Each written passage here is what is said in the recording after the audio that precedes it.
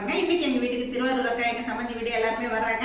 நான் சைவ விருந்து தாங்க பண்ண போறேன். சிம்பிளான விருந்து தான். அப்புறம் பருப்பு உருண்டை குழம்பும் பண்றோம். அந்த பருப்பு உருண்டை குழம்பு வீடியோவை உங்களுக்கு நான் தனியா கொடுக்குறேங்க. ஏன்னா திருவாரூர் அக்கா ஸ்பெஷல். அக்கா வந்து அந்த குழம்பை பண்ண போறாங்க. இப்ப நான் செய்யற சமையல் எல்லாத்தையுமே உங்களுக்கு தனி விளாகா கொடுக்குறேங்க. வாங்க இப்ப நான் என்னென்னலாம் ரெடி பண்ணியிருக்கேன் பார்க்கலாங்க. இன்றைக்கி நான் என்னென்ன செய்கிறேன்னு பார்த்துடலாங்க. பருப்புங்க, உப்பு பருப்பு வைக்கிறதுக்கு நான் வந்து இந்த மாதிரி துவரம் பருப்பு எடுத்திருக்கேன். இதிலே கொஞ்சம் பருப்பு தண்ணி எடுத்து ரசம் வச்சுக்க போகிறேன். ரசத்துக்கு கொஞ்சம் புளி ஊற்றி தான் வைக்க போகிறேங்க. அப்புறம் உருளைக்கிழங்கு வறுக்க போகிறேன். அப்புறமா தயிர் பச்சடி ஒன்று போட போகிறேங்க. வெள்ளரிக்காய் கேரட் போட்டு தயிர் பச்சடிக்கு எல்லாமே ரெடியாக எடுத்து வச்சுருக்கேன்.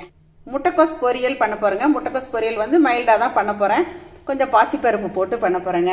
அப்புறம் உருண்டை குழம்புங்க, இதுதான் மெயினாக இன்றைக்கி செய்ய போகிறோம். இந்த பருப்பு உருண்டை குழம்பு உங்களுக்கு தனி வீடியோவாக கொடுக்குறேங்க. அப்புறம் கோதுமை குருணைன்னு சொல்லுவோம் இல்லைங்களா, இது எல்லா கடைகள்லையுமே கிடைக்கும். இந்த கோதுமை குருணை பாயசம் தான் இன்றைக்கி செய்ய போகிறேங்க.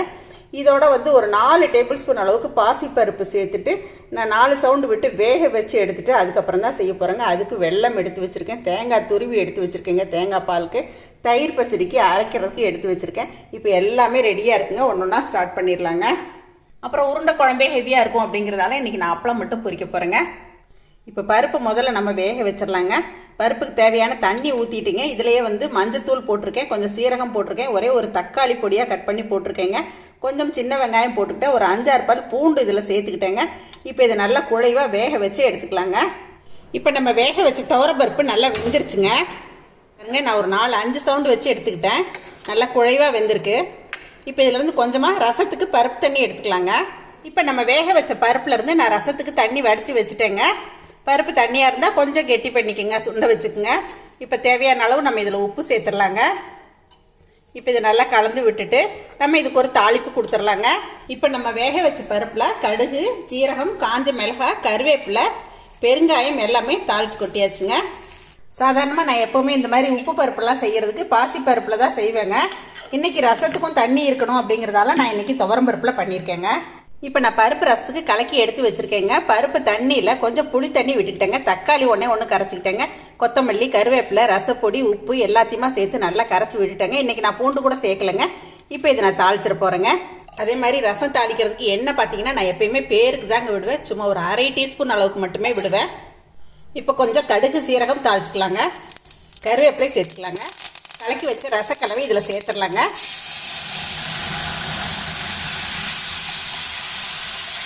எங்களோட சரசஸ் ஃபுட் ப்ராடக்ட்ஸ் ரசப்பொடி போட்டு தான் இன்றைக்கி நான் ரசம் செய்கிறேங்க. அதிலே வந்து பெருங்காயத்தூள் எல்லாமே சேர்த்து அரைச்சிருக்கோம்.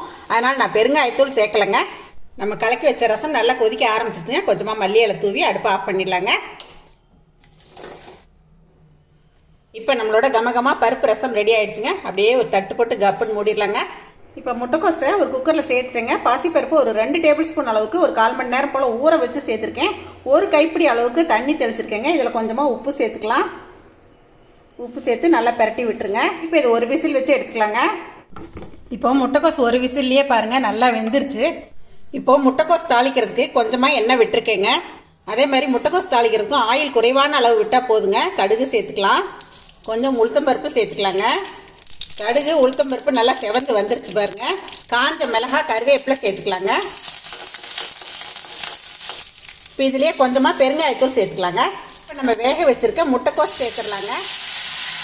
இப்போ நம்ம வேக வச்ச முட்டைக்கோஸில் லேசாக தண்ணி இருக்குது, அது கொஞ்சம் வற்றி வரட்டுங்க. இப்போது முட்டைக்கோஸில் இருந்த தண்ணியெல்லாம் பாருங்கள் 2 நிமிஷத்தில் நல்லா வற்றிடுச்சு. இப்போ கொஞ்சம் தேங்காய் துருவல் சேர்த்துக்கலாங்க. அவ்வளோதாங்க, ஒரு மைல்டான முட்டைக்கோஸ் பொரியல் ரெடி ஆகிடுச்சுங்க. உருண்டை குழம்பு இந்த மாதிரியெல்லாம் செய்யும்போது இந்த மாதிரி மைல்டாக பொரியல் பண்ணால் நல்லாயிருக்கும். ஏன்னா நம்ம வறுவலாக உருளைக்கிழங்கு செய்ய போகிறோம் அடுத்ததாக. இப்போ நான் உருளைக்கிழங்கு வறுக்கிறதுக்கு ஒரு வாணலி அடுப்பில் ஏற்றிருக்கேங்க. கடுகு தாளிச்சிக்கலாம். கொஞ்சம் உளுத்தம்பருப்பு தாராளமாகவே சேர்த்துக்கலாங்க. பாருங்கள் கடுகு பொரிஞ்சிருச்சு, உளுத்தம்பருப்பு நல்லா செவந்துருச்சு. கருவேப்பிலை சேர்க்குறேங்க. கொஞ்சம் வெங்காயம் நறுக்குனது சேர்த்துக்கிறேங்க. இப்போ இதுலேயே ஒரு 4 பல் பூண்டு 1 பாதியமாக நசுக்குனது சேர்த்துறேங்க. இதுலேயே கொஞ்சமாக இஞ்சி பூண்டு பேஸ்ட் சேர்த்துக்கலாங்க. மஞ்சள் தூள் சிறிதளவு, மல்லித்தூள் 1 டீஸ்பூன், மிளகாய்த்தூள் காரத்துக்கு தேவையான அளவு, சோம்புத்தூள் சிறிதளவு, கரம் மசாலா கொஞ்சம் சேர்த்துக்கலாங்க. இதுக்கு தேவையான பொடி எல்லாமே சேர்த்தாச்சுங்க. கொஞ்சம் தண்ணி விட்டுக்கலாம்.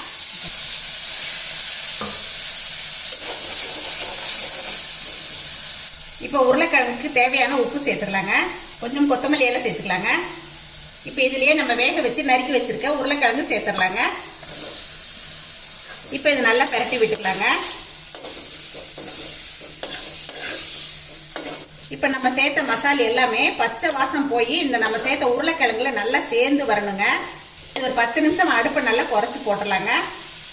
இப்போ உருளைக்கிழங்கு ரெடி ஆகிறதுக்குள்ள நான் தேங்காய் கொஞ்சமாக எடுத்துருக்கேங்க. ஒரு 3 டேபிள் ஸ்பூன் அளவுக்கு தேங்காய் எடுத்துருக்கேன். 2 பச்சை மிளகாய் சேர்த்துருக்கேன். கொஞ்சமாக சீரகம் 1/2 டீஸ்பூன் சேர்த்துட்டேங்க. இதை வந்து நான் தண்ணி விட்டு அரைச்சிக்க போகிறேன். இது வந்து தயிர் பச்சடிக்கங்க. நம்ம கேரட் வெள்ளரிக்காய் நறுக்கி வச்சுருக்கோம் இல்லைங்களா, தயிர் பச்சடிக்காக இப்போ அரைச்சிட்டு வந்துடுறேங்க. அப்பப்போ நம்ம இடையில இதையும் பரட்டி விட்டுக்கலாங்க. இப்போ நான் தயிர் பச்சடிக்கு அரைச்ச கலவையை ஒரு பாத்திரத்தில் சேர்த்துக்கிறேங்க. இப்போ இதுலேயே வெள்ளரிக்காய் சேர்த்துறேங்க. கேரட்டையும் சேர்த்துடலாம். கொஞ்சம் கொத்தமல்லி கருவேப்பிலை பொடி பொடியாக நறுக்கி வச்சுருக்கேங்க, இதையும் சேர்த்துக்கலாம். இப்போ தேவைக்கு உப்பு சேர்த்துக்கலாங்க. இப்போ இதை நல்லா கலந்து விட்டுக்கலாங்க. இப்போ நம்ம இதிலே தயிர் சேர்த்துக்கலாங்க. இந்த மாதிரி தயிர் பச்சடியெல்லாம் செய்யும்போது தயிர் கொஞ்சம் கெட்டியாக இருந்தால் நல்லா இருக்குங்க. தயிர் நீங்கள் தேவைக்கு பார்த்துட்டு சேர்த்துக்கோங்க. தயிர் புளிப்பாக இருந்தால் நீங்கள் கொஞ்சம் பால் கூட விட்டுக்கலாம். பாருங்கள், இப்போ உருளைக்கிழங்கு ரெடியாக இருக்குல்ல, நம்மளோட கேரட் வெள்ளரிக்காய் தயிர் பச்சடியும் ரெடி ஆகிடுச்சு. இந்த தயிர் பச்சடிக்கு கடுகு, உளுத்தம்பருப்பு, கருவேப்பிலை, பெருங்காயம் தாளித்து விட்டுங்க. அவ்வளோதாங்க, நம்மளோட தயிர் பச்சடி ரெடி ஆகிடுச்சுங்க. பாருங்கள், தயிர் பச்சடி ரெடி ஆகிடுச்சு. ஒரு 10 நிமிஷம் கூட நான் இந்த மாதிரி சிம்லையே போட்டுட்டேங்க. நல்லா அந்த பச்சை வாசமெல்லாம் போயிடுச்சு. இப்போ நம்மளோட உருளைக்கிழங்கு ரெடி ஆகிடுச்சுங்க. இப்போ இதில் கொஞ்சமாக கொத்தமல்லி இலை தூவிக்கலாங்க.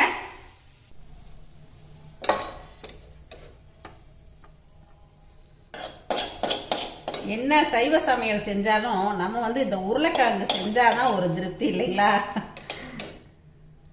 நம்ம சமையல்லையே ஹைலைட் வந்து இந்த உருளைக்கிழங்கு தாங்க. இப்போ நம்மளோட உருளைக்கிழங்கு மசாலா ரெடி ஆயிடுச்சுங்க. இப்போ நம்ம தாளிச்ச பருப்பு ரெடி ஆயிடுச்சுங்க. ரசம் ரெடி ஆயிடுச்சு.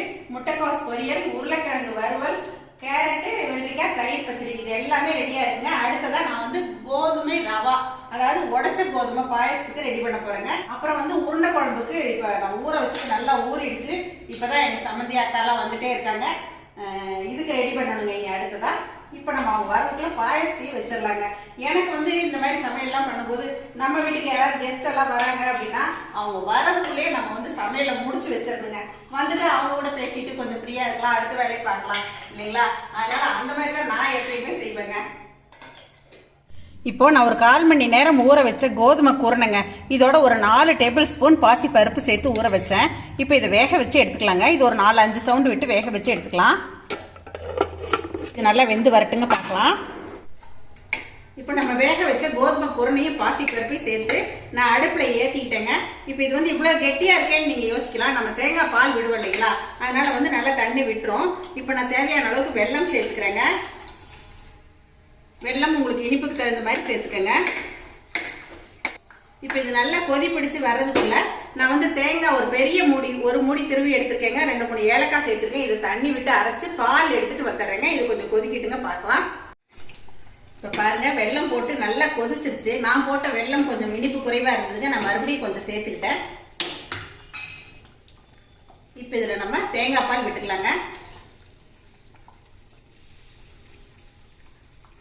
ஆறுச்சுன்னா கொஞ்சம் கெட்டிப்படும், அதனால கொஞ்சம் தண்ணியாவே வச்சுக்கலாங்க. இப்போ இது ஒரு கொதி வரட்டுங்க. இதில் முந்திரி திராட்சை வறுத்து சேர்த்துக்கலாம்.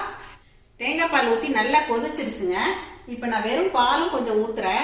ஆற வச்ச பால் தான் ஊற்றுறேன். அதை அடுப்பு ஆஃப் பண்ணிட்டு தான் நம்ம இந்த மாதிரி பால் சேர்க்கும்போது சேர்க்கணும்.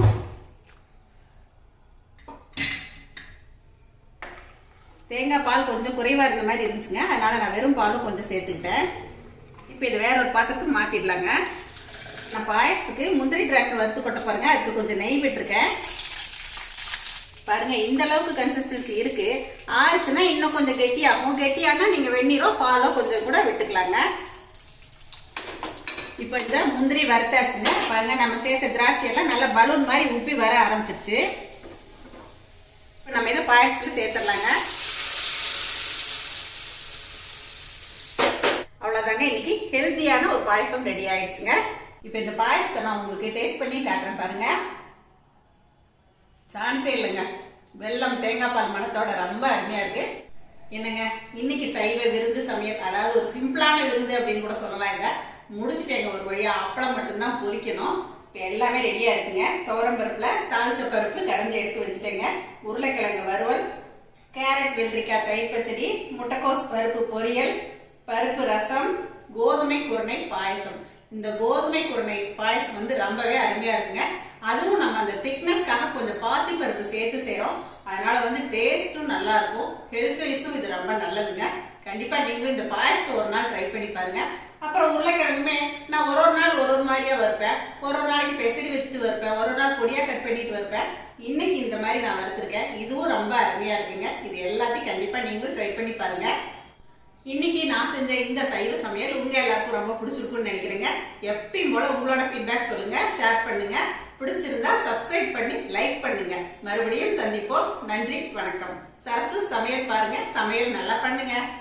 நான் இந்த சமையல் எல்லாமே முடிக்கும்போது திருவாரூர் அக்காவும் வந்துட்டாங்க. அக்கா வச்ச உருண்டை குழம்பும் இப்போ மதிய சமையலுக்கு ரெடியாக இருக்குது. சாப்பிட்டுட்டு அக்காவும் எங்கள் சம்மந்தி என்ன சொல்கிறாங்க கேட்கலாங்க. அக்கா, நான் செஞ்ச சமையல் எப்படி இருக்கு? 2 பேரும் சொல்லுங்க.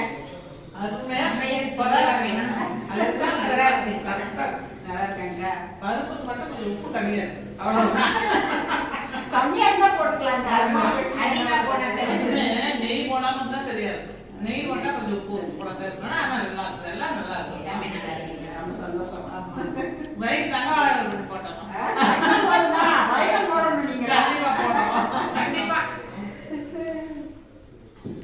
சரசூஸ் ஃபுட் ப்ராடக்ட்ஸ் பொடி வகைகள் தேவைப்படுறவங்க இங்கே கொடுத்துருக்க வாட்ஸ்அப் நம்பரில் காலை 10 மணி முதல் இரவு 7 மணி வரைக்கும் எங்களை காண்டாக்ட் பண்ணி வாங்கிக்கலாங்க.